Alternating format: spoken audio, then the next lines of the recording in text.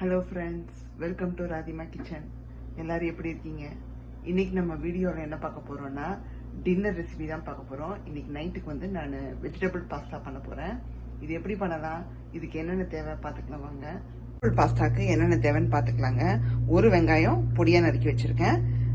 4-5 பச்சை மிளகா காரத்துக்கேற்ப எடுத்துக்கோங்க. நான் ஸ்லிட் வைஸ் கட் பண்ணி வச்சிருக்கேன். அண்ட் ஒரு தக்காளியை இந்த மாதிரி பியூரி மாதிரி அரைச்சி எடுத்துக்கோங்க. மிக்சியில் சும்மா ரஃபாக அரைச்சி எடுத்துக்கோங்க. அண்டு வெஜிடபிள்ஸ் வந்து பார்த்தீங்கன்னா நான் வந்து பீன்ஸும் பட்டாணியும் எடுத்திருக்கேன். பச்சை பட்டாணியும் நல்லா வந்து பொடியை நறுக்கி வச்சிருக்கேன் பீன்ஸை. அண்டு இது கூட பன்னீர் எடுத்திருக்கேன். பன்னீரை வந்து லைட்டாக எண்ணெயில் நம்ம ரோஸ்ட் பண்ணி கடைசியாக இதில் ஆட் பண்ணோம்னா சூப்பராக இருக்கும். இந்த 3 வெஜிடபிள் தான் நான் எடுத்திருக்கேன். அண்டு பாஸ்தா வந்து பார்த்தீங்கன்னா நான் கிட்டத்தட்ட 1 கப்புக்கு எடுத்து வச்சிருக்கேன். எந்த ஷேப்னா இந்த ஷேப்ல எடுத்து வச்சிருக்கேன். இந்த பின்னல் மாதிரி இருக்கு பாத்தீங்கன்னா, இந்த ஷேப்ல 1 கப் எடுத்து வச்சிருக்கேன். இதை வந்து நம்ம எப்படி வேக போட போறோம்னா, நம்ம குக் பண்ண போற அந்த வெங்காயம் தக்காளி அந்த மசாலாவோட காய்கறி வேகும் போது பாஸ்தாவையும் சேர்த்து மசாலாவோட ஒன்னா குக் பண்ணி அப்படியே நம்ம எடுக்க போறோம். ஸோ ரொம்ப நல்லா இருக்கும். நம்ம தனியா குக் பண்றதை விட இந்த காய்கறி இந்த மசாலாவோட குக் பண்ணி அப்படியே நீங்க எடுத்தீங்கன்னா ரொம்ப நல்லா இருக்கும். இன்னைக்கு அந்த மாதிரி தான் பண்ண போறோம். மற்றபடி ஸ்பைசஸ் வந்து பார்த்தீங்கன்னா மிளகாத்தூள், மஞ்சத்தூள், சீரகத்தூள் அந்த மாதிரியான விஷயங்கள் தான் செய்யும் போது நம்ம அப்படியே ஆட் பண்ணி பார்த்தீங்கன்னா நான் ஃப்ரை பேன் வச்சாச்சு. அது நல்லா சூடாயிடுச்சு. அதுக்கு வந்து நான் ஒரு 3 டேபிள் ஸ்பூனுக்கு எண்ணெய் சேர்த்துருக்கேன். எண்ணெய் நல்லா சூடானதும் நம்ம தாளிப்புக்கு 2 ஐட்டம் தான் சேர்த்துக்கிறோம். கொஞ்சமாக சீரகம், அப்புறம் கொஞ்சமாக சோம்பு. இது மட்டும்தான் சேர்த்துக்கிறோம், வேற எதுவும் சேர்க்க போறது இல்லை. இது நல்லா பொரிஞ்சு வரட்டும். பிறகு நல்லா வாசம் கொடுத்ததும் நம்ம இந்த வெங்காயம் பச்சை மிளகாயை உள்ள சேர்த்துடலாம்.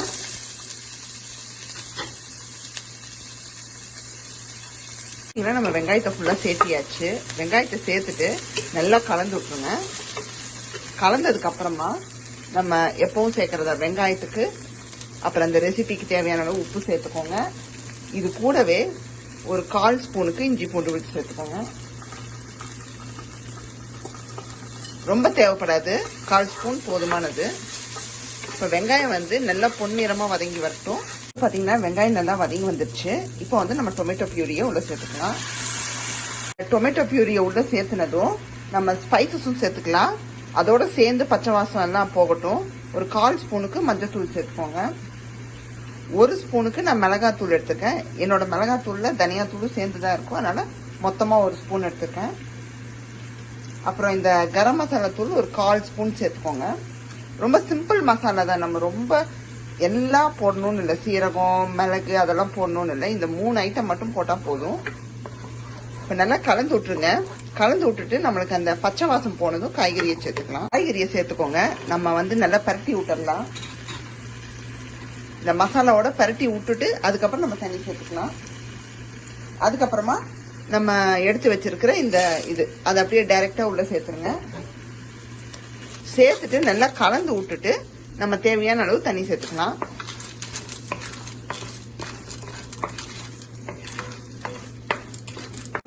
நல்லா வந்து பாஸ்தா வெஜிடபிள்ஸ் எல்லாத்தையும் கலந்து விட்டாச்சு. இப்ப தண்ணி சேர்த்துக்கலாம். நீங்க எந்த அளவுக்கு எடுக்கிறீங்களோ பார்த்து அதுக்கேற்ற அளவு சேர்த்துக்கோங்க.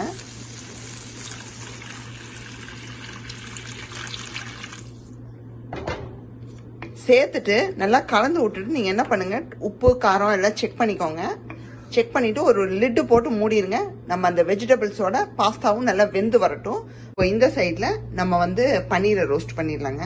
மசாலாவும் ஆட் பண்ண வேணாம், ஜஸ்ட் டைரக்டா இப்படியே எடுத்து ஆயில்ல போட்டுருங்க.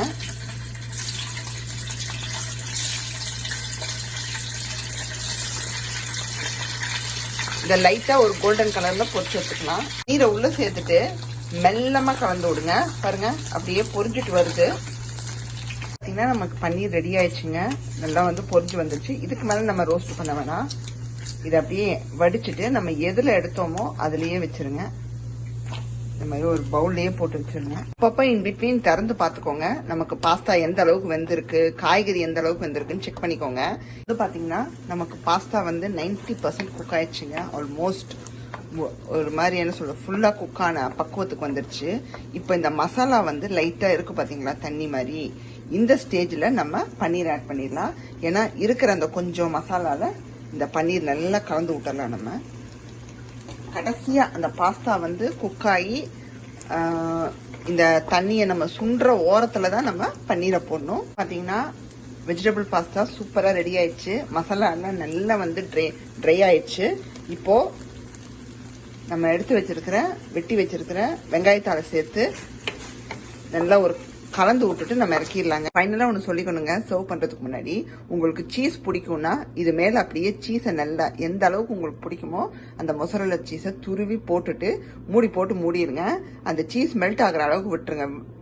மெல்ட் ஆன பிறகு அப்படியே சீஸோட எடுத்து சர்வ் பண்ணுங்க, இன்னும் சூப்பராக இருக்கும். என்னுடைய வெஜிடபிள் பாஸ்தாவை சர்வ் பண்ணியாச்சுங்க, சூப்பராக வந்திருக்கு. ஸோ நீங்களும் இந்த மாதிரி மெத்தட்ல ட்ரை பண்ணி பாருங்க. இது வந்து நான் வெஜிடபிள்ஸ் போட்டு பண்ணி காமிச்சிருக்கேன். நீங்க இதே மாதிரி சிக்கனு, ப்ரான்ஸ் அந்த மாதிரி கூட நீங்க போட்டு பண்ணி பார்க்கலாம், ரொம்ப நல்லா வரும். இந்த வீடியோ கண்டிப்பா உங்களுக்கு பிடிச்சிருக்கும். பிடிச்சிருந்தா லைக் பண்ணுங்க, ஷேர் பண்ணுங்க, சப்ஸ்கிரைப் பண்ணுங்க ராதிமா கிச்சனை. பக்கத்தில் இருக்கிற பெல் ஐக்கானையும் கிளிக் பண்ணிருங்க, அதுல ஆல்னு இருக்கும், அதை கிளிக் பண்ணிக்கோங்க. ஸோ நான் எப்போ வீடியோ போட்டாலும் உங்களுக்கு வந்து நோட்டிபிகேஷன்ல வந்து சேர்ந்துடும். பாய், see you in next video.